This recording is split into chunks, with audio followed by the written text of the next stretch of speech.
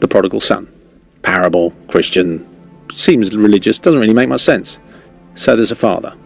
He has two sons, an older son and a younger son. And he says to them, who wants to spend their inheritance? The younger son says, me, Dad, I'll go and spend it.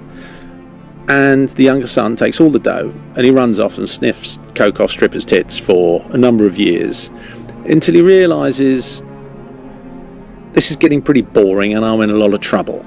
He ends up throwing food to pigs. That's his job.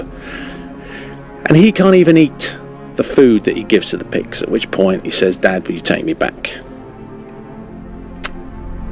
Dad then goes they don't meet.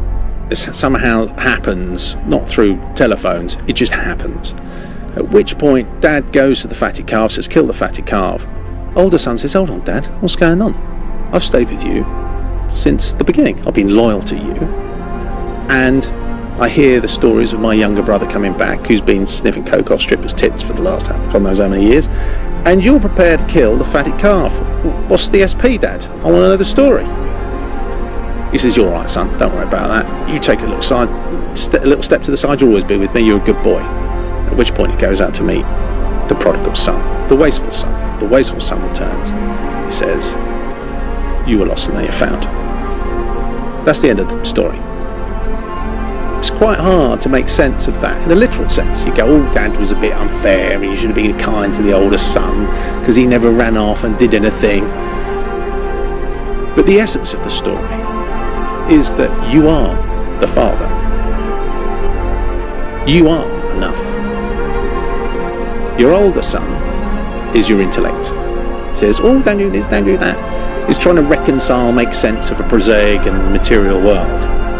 The younger son, being the wild, feral entity that he is, wants to go out in the world and find out what it's all about. So in his recklessness and sense of adventure, he finds that he can't escape himself.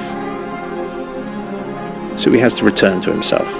And at which point, he has to accept who he is. At which point the intellect is left out of the equation pretty much as the older brother, because he can't understand the significance of the journey of the wasteful brother.